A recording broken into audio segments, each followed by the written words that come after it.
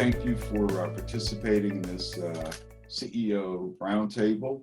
Wanted to start off with something that's very important to me, and that's the importance of minority business development. For us, minority business development makes communities stronger and promotes economic development in four distinct ways. They generate economic output, they create and maintain jobs, especially with people of color. They generate incremental tax revenue at the federal, state, and local level. And the leaders of minority-owned businesses constitute a cadre of servant leaders in the communities in which they operate. I know that the Connecticut Lottery is very supportive of minority business development, and you've been, very supportive of the Greater New England Minority Supplier Development Council. Have those benefits manifested themselves with your company? They have. One of the, I think we've had for a long time here at Connecticut Lottery a good record of engaging, not just on the minority level, but really with all of our procurement and our vendor selection. One of the positive attributes about the Connecticut Lottery as well is we continue to be a growing company. Our revenues continue to climb, which makes your footing feel very sound and solid. Mm-hmm. But I know from my experience with the Connecticut Lottery, with other lotteries, and also in other business adventures I've been involved in, is if you're not looking around at your options, you don't know what you're going to miss. And it's not, many times it's not driven by price. It's driven by a lot of other factors that make that total value better. And some of it can be as developing a backup source. Some of it can be as learning of somebody who does it better or as well, and has a few other attributes that make the total value improved. And if you're not seeking and getting different responses from some of your repetitive outreach, how much are you really learning about the marketplace? So I know that that's true with Connecticut Lottery, and I know that we continue to do that. It's just a good business practice. Well, it seems to me that you're in a business where the more money people have, the more money they can spend on buying lottery tickets. So it's a real simple equation. So it would seem to me that anything that the Connecticut Lottery could do to make sure that more people have money, that benefits you. Real simplistic, but I think that there's probably a lot of value to that analysis. So I'm not going to get into an argument with you on this, but I'm going to suggest to you that the common understanding of lottery players is they are not the larger acquirers of money. I think there's a stereotype that goes with that. What is accurate is our player base is very well distributed across the income spectrum. All right. Also about half of the citizens in most states play lottery to some level each year. But the idea of our product and our use is a very different concept than our vendor engagement and our vendor spend. And we know what we buy directly to run our company, and we are also with our affiliation with the state government and the size of what it takes to run a lottery well, we've got some highly outsourced aspects of our business, such as using strong use in marketing and ad agency services, and then also with our gaming vendor and the systems and services they provide. And so above and beyond what we spend directly to our vendors, we are also strongly encouraging our larger vendors to match our values and to actually we're beginning to require reporting on their minority use of subcontracting. Because while we write them some larger checks, we want to make sure that the use of those funds matches our thinking as well. So what have been the areas where you found the most success in using diverse vendors? You know, it can be difficult to pinpoint very specific ones where you go, you know, hey, we spent all this money on this one. It's really more about finding the opportunities to do it. And I want to say, I don't want to minimize it, but it's almost regardless of the spend. It's go look when the chance arises, right? You know, I don't think any company sits back and says, who am I going to go get to spend more money with, right? It's right. With my spending plan this year and the chances for some of these different multi-year contracts to come up again. What chances do I have this year? Planning to be in front of that so you can go begin the outreach. And even if your outreach has already been prepared, where are you going to go place this? Whose attention can you put this opportunity in front of? And who might do that for you? You know, I may not naturally say, I'm going to go print something. I should contact Peter. But I should make sure that I'm thinking of who can get this out there to a broad audience so I get some really good responses. It doesn't mean I'm dissatisfied. It just means I want to know what my choices are. And, you know, I think of many of us try to think, what's the impact on the bottom line? And it can be hard to come up with some really clean examples for that, particularly the larger your company gets. But when you can get those clear examples, they're easily described. And it doesn't have to be that it's 10% of my spending or more or 0.5% of my spending. It's that I found a good vendor. And I'm engaged and we're now committed. And then we learn more about each other. What other services do you do that I didn't know about because we were talking about, you know, printing at this point in time? And go, what's the range now that we can start engaging on? What other partners do they know? So it's when you don't do that, your chances of learning remain small or don't grow. So my experience has been both as a former MBE and now here with the Greater New England Council is that companies that have the most successful supplier diversity programs, and successful is defined as not effort, but actually results. Right. There's a commitment from the top. So obviously, I think you have that commitment. How do you communicate that it's important to your colleagues? Meaning colleagues within the company? Yes. It's, you know, I think it's making sure that when the chances show up, you take action. And it, you know, it's not my direct job to say, show me all the contracts that are expiring this year or put every purchase order in front of me so I can direct you what to do. It's talking about that. So it's not, I'm dissatisfied with company A, so let's go find company B. It's, we buy these things. Are we going to keep doing the same thing over and over again? And it becomes my responsibility to start that conversation or to keep it going so that you don't miss the chance. And, you know, think about posting a job. You know, we're a state agency. I can just go put it out on the state website, but how good of an outreach is that? It's good outreach, but it's not singular outreach. And so, you know, if I'm hiring an attorney, I want to make sure that I'm talking to other law firms, right? And saying, don't just post this in your firm, tell people we're looking for something.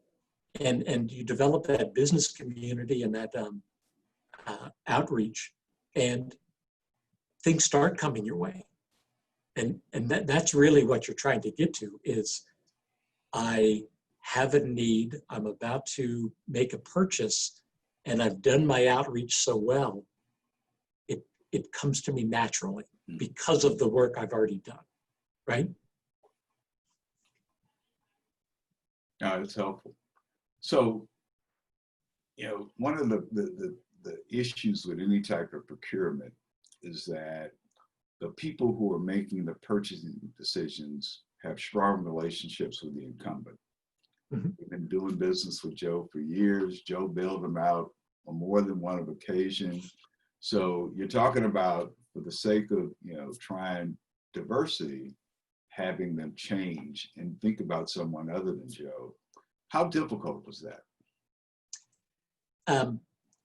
It is a hurdle to jump over, but companies and people do it all the time. That puts Joe on record to remind you of their value. And I don't think each time you reach out to other companies, you're saying to the incumbent, drop your prices because somebody's going to beat it. Because it's not always just a price thing. There are within every company some primarily price-driven purchases, but it's not all of them. And there's typically not just one provider of those price-driven items. And if you're talking to this Joe, each time the contract comes up, they know you're doing a service by alerting them to that, as opposed to that disservice for when you make a change and it came out of nowhere on them, right?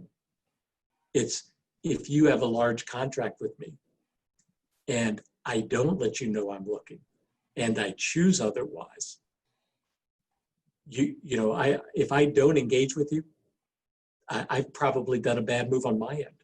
I've hurt you for sure by not giving you the chance to talk to me about it or let you know that I'm looking around. So one very interesting phenomenon, I think you may be aware that the way the Greater New England Council and the Connecticut Lottery started, the relationship was somewhat adversarial. And so from that adversarial start, in 2018, the Connecticut Lottery was selected as our local corporation of the year. What led to that sort of iffy start becoming such a great success story? Hey, so I may be either slow on memory or lacking the information. I don't recall the adversarial relationship or standing. And having been here just over 2 years, I may have missed that or not been brought up to speed on it. So I don't know that I can answer your question as clearly. When I walked in the door, people said, "Oh, we won that designation," and I think we've been held in good standing since then. So we hold great pride in that, but it wasn't a, hey, let's go win this year and then slack off later on. So it's really about attaining it and maintaining it. If there's more to share with me on the other background, I'm happy to hear about it. But I don't know that I can speak to it as well. Well, no, actually, my predecessor actually took out billboards on I-91 saying, people of color spend a lot of money on lottery tickets, but at that time, the Connecticut Lottery wasn't doing a lot with diverse vendors. And that led, I don't know if it was your immediate predecessor or before that, to actually start a conversation that led to a very productive relationship, not just between the Connecticut Lottery and the council, but also between the Connecticut Lottery and minority businesses who wanted to do business with it.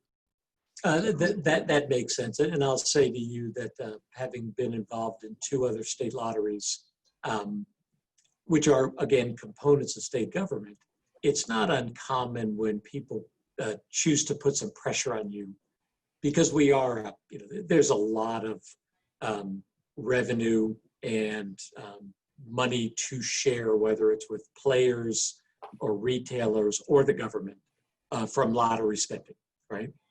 I do think there's a clean distinction between lottery players versus lottery vendors, all right? Right, but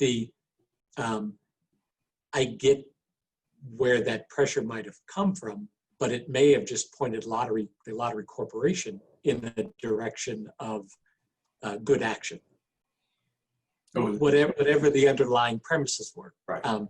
But you know, one of the great things that I think many people would be unaware with lottery spending, the money that comes in from the gross, is we have this almost 3,000 retailer strong network that sells our games for us. You know, that's kind of that highly outsourced effort that we have. Right.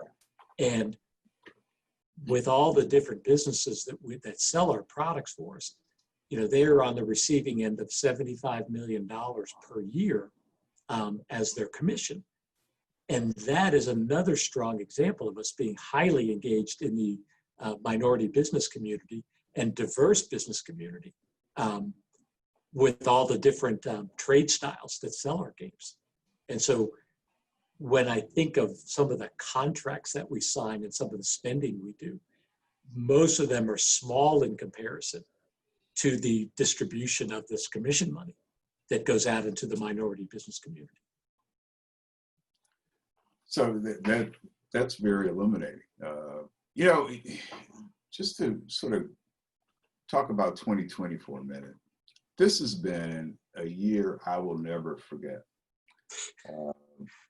The combination of the impact of COVID-19, the unfortunate police misconduct that led to the deaths of some people of color, the protests that resulted from that, the just incredible political environment we're in. It's a once in a lifetime confluence of a whole lot of different things that I don't want to see repeated again. But one of the things that's come out of this, you know, after some of these unfortunate events, we've seen and read a lot of statements from CEOs across the country about a renewed commitment to diversity and inclusion, some to supplier diversity. I'm not sure if any of those statements will lead to any, you know, structural change, but I do think that this is a moment where everyone's thinking about, you know, not only diversity and inclusion, but also supplier diversity differently. So from your view, you know, is this a moment where you see corporate America, you know, making some structural changes as it relates to supplier diversity? And what message would you have to other CEOs as to why they should not just mouth it, but live it and do it? So I'm going to make sure I'm going on record here as Greg Smith with some of these thoughts, and it's not trying to be careful as much as just saying, you know, some opinions I hold on this come from well before any of these incidents that you speak of, and I go, I think it's just good practices. So, you know, as Americans, we hold dearly our right to assemble, right, and to protest. And we've seen that ongoing, and I think it is always good for drawing attention to actions or causes, right? When that results or that is, you know, merged with damage to, you know, people's residences or to business property, it changes it, and I think it actually diminishes the cause, and I also like to separate it from the cause. But you see those actions, and when I see the, you know, the businesses that are damaged or destroyed, you know, it crushes your spirit, because that's generally not why the protest is there in the first place, right? So when I see that happen, and I'm getting back to your question, is I hope that corporate America looks at that and goes, we all need to look at the way we do some of our business like that phrase that talks about politics. All politics is local, right? that's where the engagement and the real action happens. So, hey, business community, look down your street, look down on the ground level of your high-rise building or your city property, and know the businesses in your area, and make sure that you're not missing the chance to do business with them as a business or to do business with them as a customer. I mean, thinking the person in off the street, so that, as I think our worlds have gotten a bit smaller over the pandemic time periods. And I think that's a good opportunity for some of us in the business community to go, let's look at the businesses in our neighborhoods, whatever those neighborhoods look like, and know who they are, get to know them, make sure that when I walk into a store, that if I'm there as a regular off the street customer, that I don't hesitate to say to them, I work just down the street in this other company, and let's get to know each other. Let's develop that rapport. So if there is a service that local company can provide to me, we reconnect or re-engage on it. And if whatever the crisis is that we have in front of us, and don't miss that opportunity, it's get that connection with the businesses close to you, so that we can all feel, good, comfortable, engaged, and they know who I am. Because that's really the way the business starts. Those really good business transactions start. It's, I met them, I learned about them, and I have a need. And they're right there. Right. That is the message I have for corporate America. It's, don't miss those chances, because those are the people you walk by every day. So one opportunity I want to throw out there, because my pet peeve is I think that a lot of us in this space, whether it's minority businesses, organizations like the Greater New England Council, corporations, we don't think big enough about what minority business development could be. Yeah. So one idea that I'm real focused on because of my prior background in finance is that we can create minority-owned companies of size and scale overnight by having either existing minority-owned companies or minority investor groups by non-diverse suppliers. Where the owner is near retirement age, the children don't want to have anything to do with the business. Do you see in your supply base the opportunity to do something like that? Meaning that there can be think of like a private investor portfolio developed of these businesses of this variety. Right. So that I think that makes a lot of sense. And it's one of the things I struggle to directly answer your question is, what would be under that umbrella that I would reach into to use the services of? Because it's really, I'm not saying your thing is, your thought is just an idea or a concept. It's when it's there, I want to make sure I know of it, so that I've got this multiple shopping. It becomes a mall for me, right?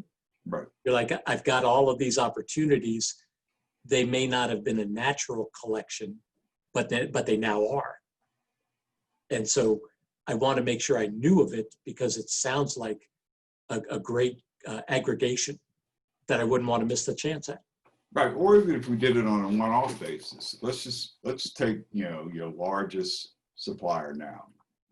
Let's not name it, just as an example. Mm-hmm. And they're not for sale, but the owner's near retirement age. The children don't want to take over the business.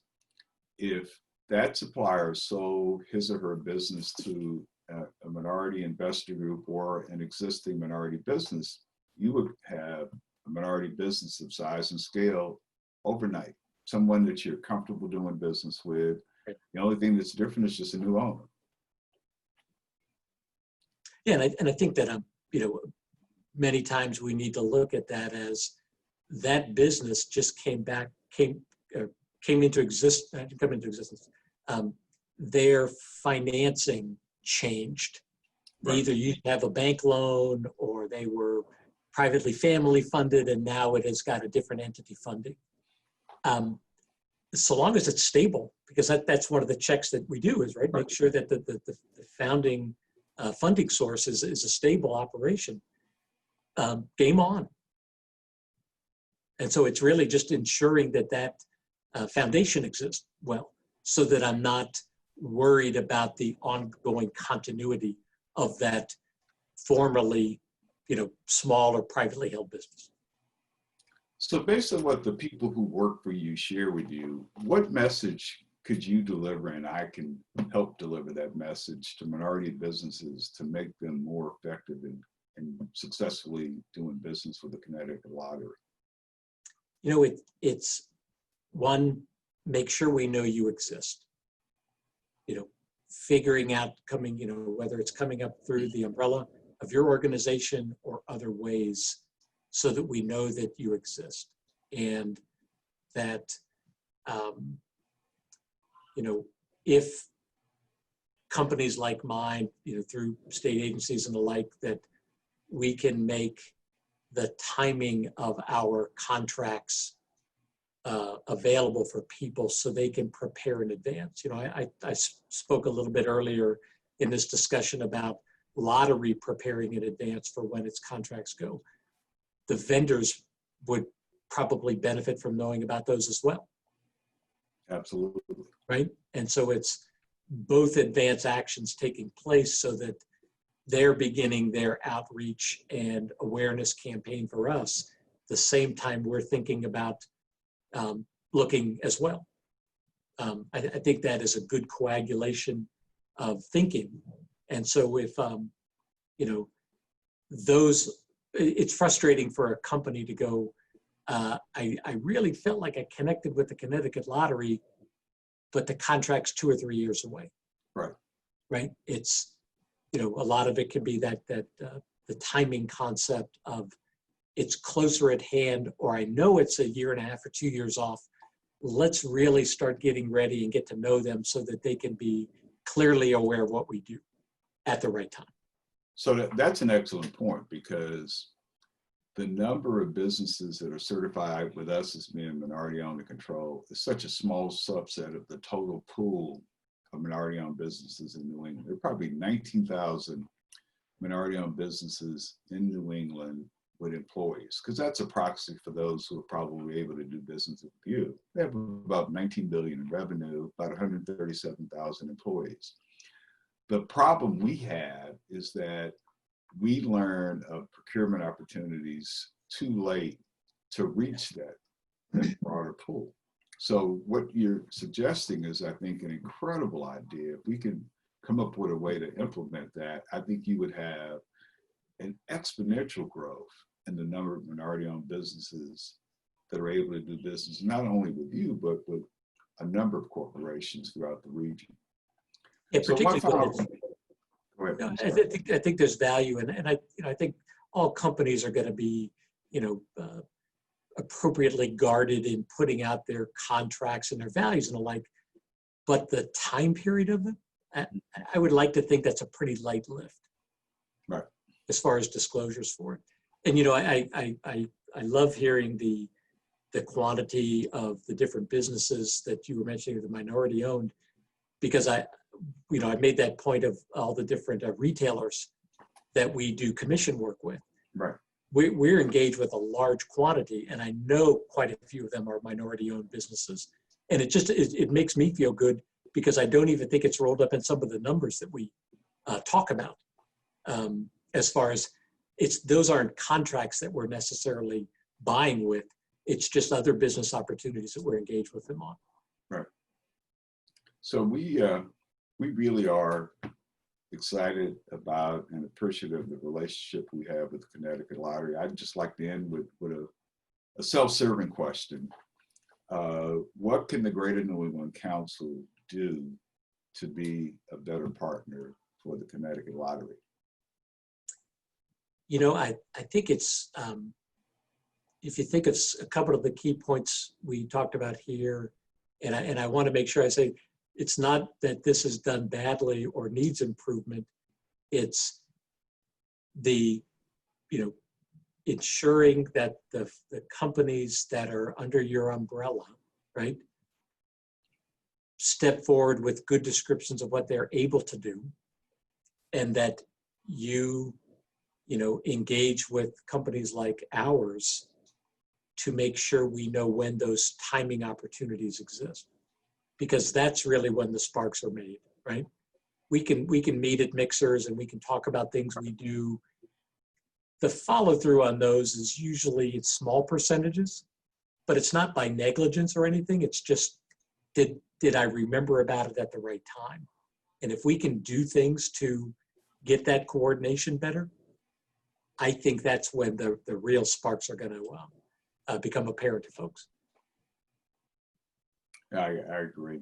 And I'm hopeful that one of the good things that comes out of this pandemic, doing business virtually has some advantages. It makes it a lot easier to have meaningful connections that you might not have if you're just relying on face-to-face meetings. Yeah, I think that's true, but I'll always go back to use the mixer concept or the meet and greet thing. I think we will all miss if those don't come back, because it's the technology of the virtual meetings is fun. Sometimes. I